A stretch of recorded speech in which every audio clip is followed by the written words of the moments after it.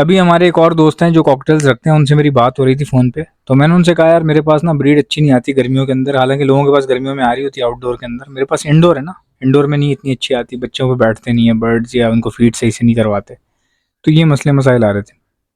तो उन्होंने बोला पागल गर्मियों में ब्रीड ले क्यों रहे हो, कौन लेने को कह रहा है गर्मियों में। मैंने कहा यार कॉकटेल गर्मियों का बर्ड है, ब्रीड तो आनी चाहिए ना, फ़ायदा क्या, फिर पैसे कहाँ से पूरे होंगे, फिर तो फ़ायदा ही नहीं है इसमें, कोई बिजनेस ही नहीं है फिर ये तो सिर्फ शौक है। कहने लगे नहीं भाई ऐसा नहीं है, महंगे तरीन बर्ड्स रखो और उनसे सिर्फ सर्दियों में ब्रीड लो, गर्मियों में कमज़ोर हो जाता है बर्ड।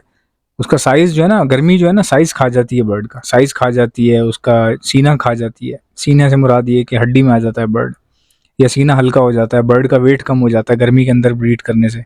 बज़ाहिर तो वो ब्रीड कर रहा होता है।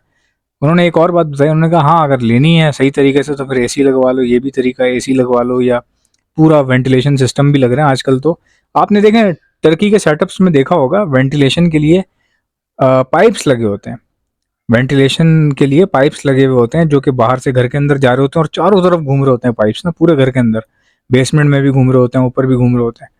तो वो पाइप्स जो हैं उनमें एसी की हवा नहीं होती, उनमें बेसिकली बाहर की वेंटिलेशन होती है। आप समझ रहे हैं, बाहर की ऑक्सीजन होती है, बाहर की हवा होती है, यानी अंदर का जो गर्द गुबार है वो बाहर पास हो रहा होता है, बाहर की फ्रेश एयर अंदर पास हो रही होती है। दिस इज कॉल्ड वेंटिलेशन, हवा का दरगुजर, यानी हवा आ भी रही है और जा भी रही है, इसको वेंटिलेशन कहा जाता है। तो इस तरह की जब सिस्टम होता है तो आजकल तो लोग ब्रीड ले रहे हैं भाई गर्मियों में, घर के अंदर भी ले रहे हैं, कमरे के अंदर भी ले रहे हैं, सिस्टम लगा के प्रॉपर तरीके से। आउटडोर वाले को तो वेंटिलेशन सिस्टम लगाना ही नहीं पड़ेगा ना, उसके पास तो देखिए नेचुरल एटमॉस्फेयर है, उसको बेनिफिट है, उसके पास जो है वो प्रॉपर सनलाइट भी है, तो वो प्लस पॉइंट में जा रहा है, उसके पास तो ब्रीड आनी ही आनी है, दबा के ब्रीड आनी है उसके पास। जितने भी बड़े बड़े ब्रीडर हैं ना, वो बड़े इसलिए हैं, बड़े इसलिए नहीं है कि उनका नाम बड़ा है या उनका कद बड़ा है या उनको काफ़ी टाइम हो गया कॉकटेल के अंदर। बड़े वो इसलिए हैं कि उनकी सोच बहुत बड़ी है, तेज़ हैं। तो बड़े ब्रीडर क्या करते हैं कि महंगे तरीन पेयर्स लेते हैं और फिर उनको गर्मियों में ब्रीड उनसे नहीं लेते, गर्मियों में उनसे इंजॉय करवाते हैं, उनको कॉलोनीज़ में, बड़ी बड़ी कॉलोनियाँ होती हैं उसमें छोड़ देते हैं, उसमें उनको खीरा डालेंगे, वेजिटेबल्स वगैरह डालेंगे और गंदम वगैरह सॉफ्ट फूड अच्छा डालेंगे, एग फूड डालेंगे, उनको एंजॉय करवाएंगे पूरी गर्मी, क्योंकि उनको पता है महंगे इतने हैं बर्ड्स। तो उससे ये होगा कि सर्दियों में जब ब्रीड लेंगे तो रिजल्ट प्रॉपर आएगा उनके पास, उनको बड़ा ज़बरदस्त तरीके से कमाने का मौका मिल जाएगा। देखिए इनकम तो बहुत है कॉकटेल के अंदर, अगर आपके पास सही म्यूटेशन रखी हुई है। अगर आप वही अभी तक क्रीम लगा के बैठे हैं तो भाई क्रीम में इतना प्रॉफिट मार्जिन नहीं है, सबसे ज़्यादा तो बिकता है लेकिन सबसे ज़्यादा तो बजरी भी बिकता है, आप समझ रहे हो बात को। तो प्रॉफिट मार्जिन क्रीम में इतना नहीं है, क्रीम से और इनसे बाहर आ जाएं, थोड़ा क्रीम से ऊपर की तरफ जाना पड़ेगा अगर प्रॉफिट मार्जिन लेना है। कई लोग कहते हैं क्रीम का तो बच्चा भी बिकता है, तो भाई बच्चा तो वीपाइड का भी बिकता है, बच्चा तो वीपाइड फेलो का भी बिकता है, बच्चा तो एग्जीबिशन का भी बिकता है, सब बच्चे बिकते हैं। अब बात करते हैं म्यूटेशंस की कि आजकल कौन कौन सी म्यूटेशंस जो हैं वो मार्केट में अच्छा परफॉर्म कर रही हैं। लाइक ऑलवेज क्रीम जो है वो बहुत अच्छा परफॉर्म कर रहा है, बस उसमें प्रॉफिट मार्जिन कम है। क्रीम का मसला ये है उसमें प्रॉफिट मार्जिन बहुत ही कम है, सबसे ज़्यादा बिकता क्रीम है लेकिन उसमें पैसा कम है, मतलब कि जो ऊपर की अर्निंग है वो कम होती है उसमें। इसके बाद बात की जाए तो क्रीम वीपाइड जो है बहुत तेज़ी से बिकता है, क्रीम वीपाइड अच्छा परफॉर्म कर रहा है, बहुत ज़बरदस्त सुपर क्लास परफॉर्म कर रहा है। इसी तरह इनो वीपाइड जो है वो सुपर क्लास परफॉर्म कर रहा है। इसी तरह फेलो वीपाइड जो है, क्रीम फेलो वीपाइड, वो भी बहुत अच्छा परफॉर्म कर रहा है। इसी तरह इनो वीपाइड फेलो वो भी बहुत अच्छे परफॉर्म कर रहे हैं। ये बर्ड्स वो हैं जो बहुत ज़बरदस्त तरीके से जो है मार्केट के अंदर मार्केट को कैप्चर करके बैठे हैं। यही आप ख़रीदें, यही आप लगाएं फिल वक्त। हाँ आगे जाके अगर ज़रा सा भी थोड़ा सा वेरिएशन लानी है या कुछ करना है इस तरह, तो मार्केट में पता चल जाएगा, कोई भी नई म्यूटेशन आ जाएगी इंशाल्लाह।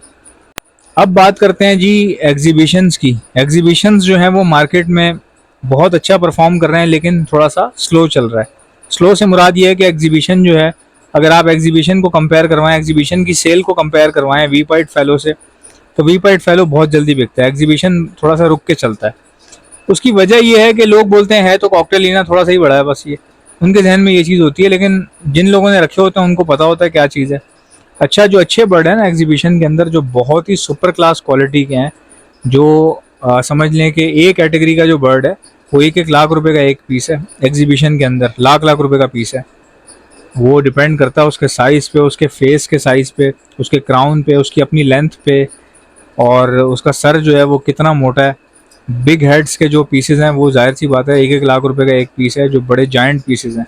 ऐसे कॉकटेल हैं जैसे जिन का बच्चा नहीं खड़ा होता, इस तरह वो खड़े हुए होते हैं। ग्रे के अंदर काले काले कॉकटेल, ये लंबे लंबे उनके क्राउन है, ये मोटा सा मुंह है उनका, जायंट साइज के जिन के बच्चे, वो जो है वो अच्छे पैसों में निकल जाते हैं। लेकिन बस मसला ये है कि थोड़ा स्लो चलता है आइटम, यानी कि कम कम निकलता है, प्रॉफिट मार्जिन अच्छा है उसमें। क्रीम से कंपेयर करवाएं, क्रीम में देखें क्रीम निकलता ज़्यादा है लेकिन उसमें प्रॉफिट मार्जिन कम है। एग्जीबिशन में निकलता कम कम है लेकिन प्रॉफिट मार्जिन बहुत हाई है, प्रॉफिट मार्जिन बहुत अच्छा है उसमें एग्जीबिशन में। रेट क्या क्या चल रहा है वो मैं आपको बता देता हूँ। रेट चल रहा है फॉर एग्जांपल, क्रीम का रेट जो है मार्केट के अंदर 5 से 5,500 रुपये चल रहा है, मतलब लोग अपना 5,000 से 5,500 रुपये बेच रहे हैं। जाल का रेट वही 4,000 से 4,500 रुपये चल रहा है, और 3,500 रुपये भी चल रहा है। 3,500, 4,000, 4,500 पीस के हिसाब से, उसकी एज के हिसाब से जाल का रेट चल रहा है। और वैसे ओपन मार्केट में जो है लोग 5,000, 5,500 का खुद खड़े होकर सेल कर रहे हैं। ये इंटरनेट के ऊपर जो सेल हो रहा है वो 5, 5,500 का क्रीम का पेयर सेल हो रहा है। मेरे पास से लेंगे तो 6,500, बाहर 5,500 है, मेरे पास 6,500 रुपये, 1,000 रुपये ऊपर लेता हूँ मैं। उसकी वजह ये होती है कि भाई हमारा एक नाम है, हम गायब नहीं हो जाते, चलते फिरते लोग नहीं है कि दे के भाग जाएंगे, आपको पता ही नहीं चलेगा। हमारा तो नाम है, हमें पता होता है कि हम अगर ख़राब चीज़ देंगे तो अगला जो है वो दोबारा नहीं आएगा, या चैनल का नाम ख़राब होगा, रेपुटेशन ख़राब होगी। तो नाम के पैसे ये होते हैं कि अगला गारंटी ले रहा होता है, ये नहीं होता कि नाम के पैसे ले रहा है, वो गारंटी के पैसे होते हैं कि आपको एक बंदा एक चीज़ दे रहा है, उसका उसका वो जो है जिम्मेदार है, वो उस चीज़ को एक्सेप्ट कर रहा है, आपको दे रहा है, आपको देने के साथ साथ जिम्मेदारी एक्सेप्ट कर रहा है वो। इसके बाद बात की जाए क्रीम वीपाइड की और इनो वीपाइड की, दोनों के रेट सेम है, बिल्कुल एक जैसे रेट हैं, कोई फर्क नहीं है। लोग समझते हैं क्रीम वीपाइड सस्ता है, ऐसा नहीं है भाई। क्रीम वीपाइड बहुत कम आता है, उल्टा इनो वीपाइड ज़्यादा मिल जाता है, क्रीम वीपाइड कम देखने में मिलता है अच्छी क्वालिटी का। तो दोनों के रेट सेम है। रेट क्या चल रहे हैं जी? 15,000 से 18,000 रुपये, 15,000 से 18,000 रुपये। हाँ, किसी को 12,000 में मिल गया है तो अच्छी बात है, ये उसकी किस्मत है, नसीब की बात है। किसी को 10,000 में मिल गया है, नसीब है उसका। अभी हम लोग जो बेच रहे हैं वो 15,000 से 18,000 के हिसाब से बेच रहे हैं। वीपाइड फैलो जो है वो 20,000 रुपये से लेके 30,000 रुपये तक में आता है। 20,000, 22,000, 25,000, 30,000, depend upon the quality of वीपाइड फैलो की वी पे क्वालिटी पे डिपेंड करता है। कॉकटेल्स के बच्चे बचाने के लिए डॉक्सीसाइक्लिन का इस्तेमाल किया जाता है, और भी बहुत सारी मेडिसिन होती हैं जिनका इस्तेमाल किया जाता है, लेकिन जो मशहूर मेडिसिन है जिससे बच्चे बचते हैं वो डॉक्सीसाइक्लिन है, और ये बहुत ही लाइट होती है, इसका कोई किसी किस्म का नेगेटिव इम्पैक्ट नहीं होता बर्ड्स के ऊपर या बर्ड्स के बच्चों के ऊपर। अच्छा, बच्चे बचते कैसे हैं? क्योंकि पीते तो पेरेंट्स हैं, बच्चे तो मटकी के अंदर होते हैं, बॉक्स के अंदर होते हैं, तो बच्चे कैसे बचते हैं? होता ये है कि पेरेंट्स जो है वो पीते हैं दवाई तो उनके पेट में चली जाती है, फिर खाना वाना खा के जब वो फीड करवाते हैं तो ये दवाई बच्चों के पेट में ट्रांसफ़र हो जाती है।